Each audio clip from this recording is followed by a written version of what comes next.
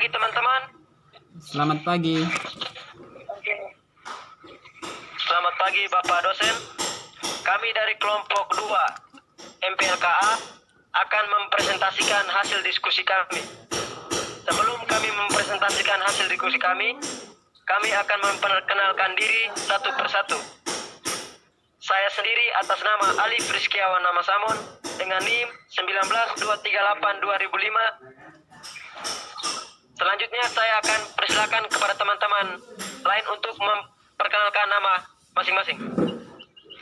Perkenalkan, nama saya Amon Yusara dengan nomor NIM 192382006.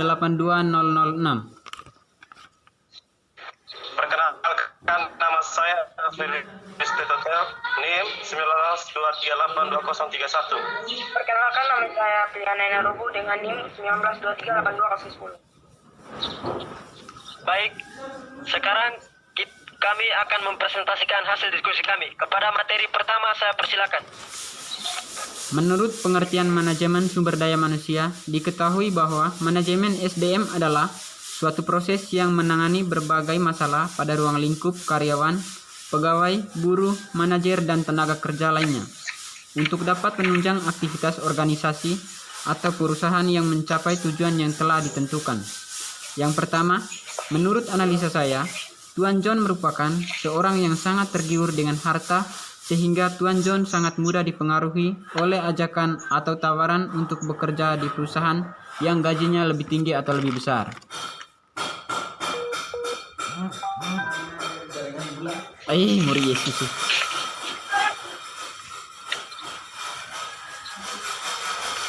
Yang kedua, jika saya sebagai Tuan John, maka sebelum saya menerima tawaran dari perusahaan tersebut, saya harus terlebih dahulu mencari informasi atau profil dari perusahaan tersebut.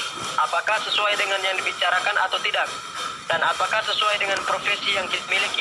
Sehingga ketika kita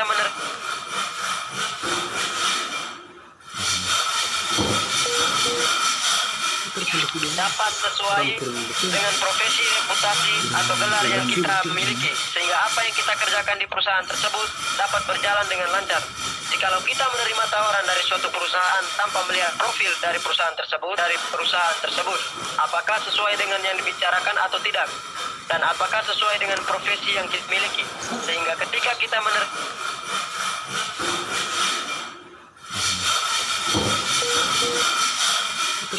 dapat sesuai dengan profesi, reputasi, atau gelar yang kita miliki, sehingga apa yang kita kerjakan di perusahaan tersebut dapat berjalan dengan lancar.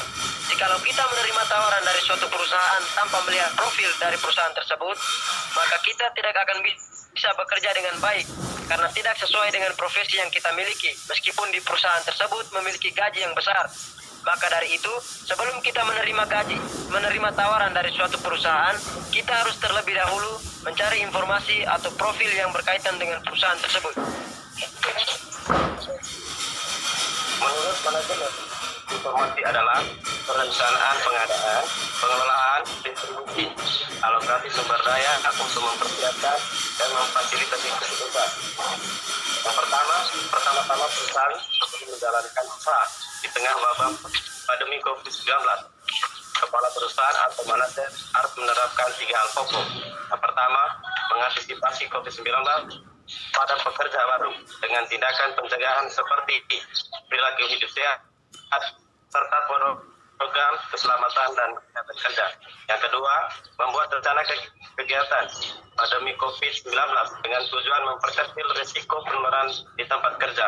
Ketiga, menyemprot disinfektan untuk membunuh virus yang terdapat di perusahaan tersebut. Yang keempat, memantau karyawan yang pulang dari perjalanan dinas. Jika perusahaan ingin menjalankan usahanya di tengah wabah pandemi COVID-19, maka perusahaan tersebut lebih menggunakan informasi manajemen dalam arti yang pertama, memberikan informasi kepada konsumen.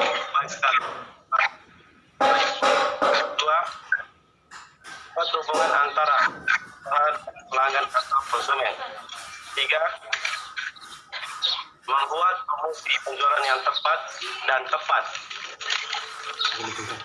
guna untuk menarik konsumen. Yang keempat, menggunakan cara dan strategi penjualan yang kreatif. Yang kelima, dalam melakukan penjualan perusahaan tersebut tidak boleh panik dan jangan ragu dan berhenti untuk menjual. Pelanggan di tengah wabah pandemi COVID ada dua, yaitu yang pertama, perusahaan selain mempromosikan barang dagangannya, perusahaan juga harus menggunakan penjualan yang strategi.